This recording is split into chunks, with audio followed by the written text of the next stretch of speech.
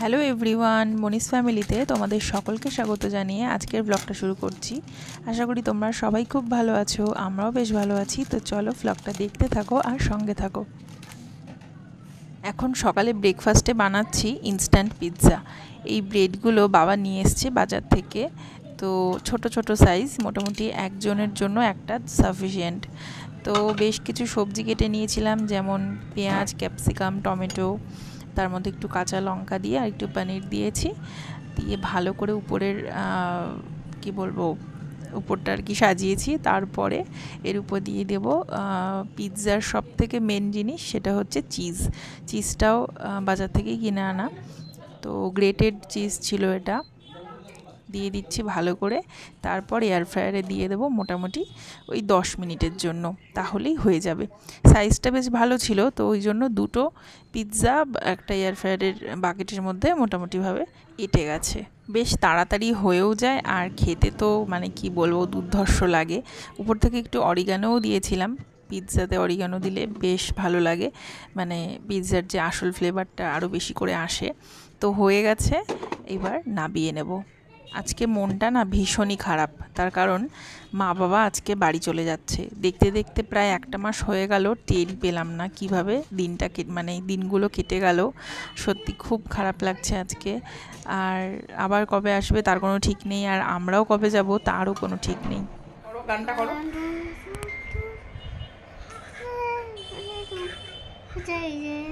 ঠিক করে করো। এতক্ষণ যেভাবে করছিলে সেভাবে গাও, এতক্ষণ যেভাবে গানটা গাইছিলে সেভাবে গাও।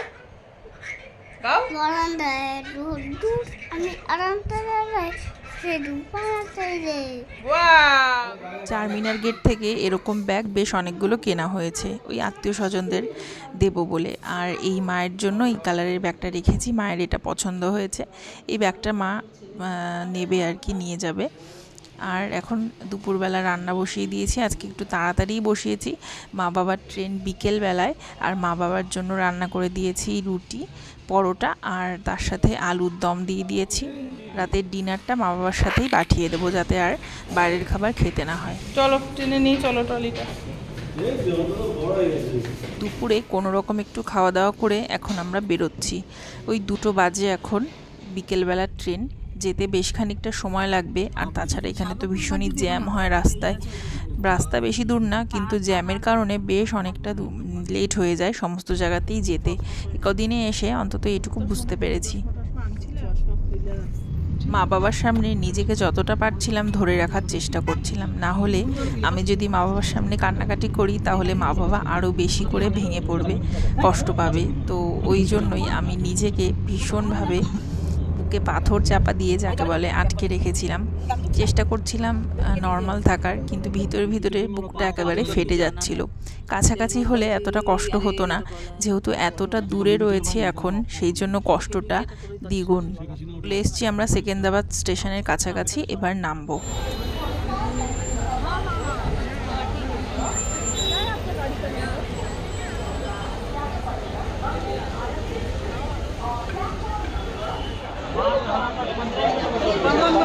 মা বাবার খুব সুন্দর সিট পেয়েছে।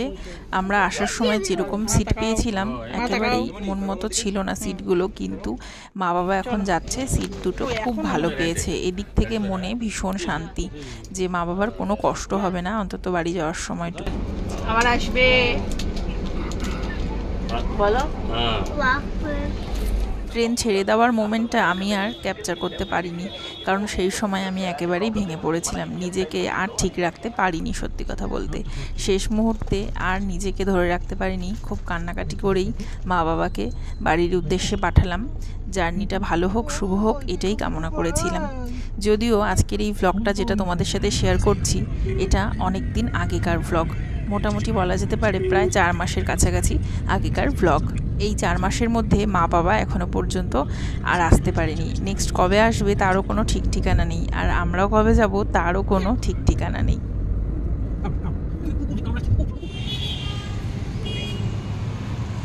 সেগুলি বাড়িতে যাবার পথে একটু বাজার করতে এসেছি, মানে একবারে বাড়িতে ঢোকার আগে বাজারটা করে নিয়ে ঢুকবো, কিছু টুকটাক কেনাকাটা করার ছিল, তো ওই জন্য একটা সুপার মার্কেট আছে সেখানেই এসেছি। এখানে সবজি থেকে শুরু করে মশলাপাতি সমস্ত রকম ফল টল সবই পাওয়া যায়, মানে মুদি সদাই থেকে শুরু করে কাঁচা বাজার সবই এই দোকানটাতে পাওয়া যায়।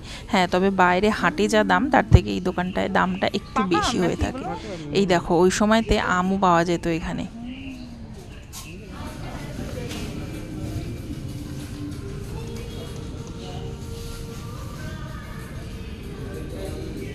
বাড়ি গিয়ে কেটে দেবো, বাড়ি গিয়ে কেটে দেবো, বাড়ি গিয়ে কেটে দেবো।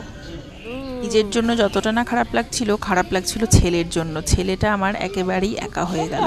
দিদা দাদুর সাথে সারা দিন খেলাধুলো ব্যস্ততায় কাটতো, কিন্তু এখন তো পুরো একা একা দিন কাটবে আমার সাথে বলতে গেলে সারা দিন। আমিও বা কতটা নিজেকে স্ট্রেস ফ্রি রাখতে পারবো জানি না, কেননা একটা বাচ্চা থাকলে তার ট্যান্ট্রাম সামলাতে মা বাবার মাথা খারাপ হয়ে যায়। সেটা তো এতদিনে বুঝতেই পেরেছি। তো এখন একটুখানি জুস খাওয়াবো ছেলেকে, আর আমরাও খাবো, তারপর যাব বাড়িতে। টাইমটা খুব তাড়াতাড়ি কেটে গেলেও মনটা যেন কিছুতেই ঠিক হচ্ছিল না। তাই জন্য আমরা খাওয়া দাওয়ার পর দুজনে মিলে ঠিক করলাম যে একটা মুভি দেখি, তাহলে যদি মুডটা একটু ঠিক লাগে। তো আমরা এখন দেখছি পুষ্পা 2। তো চলো, আজকের মতো ব্লগটা এখানে শেষ করছি। আশা করি তোমাদের ভালো লেগেছে। ভালো লাগলে একটা লাইক করে দিও, আর সবাই ভালো থেকো। টাটা।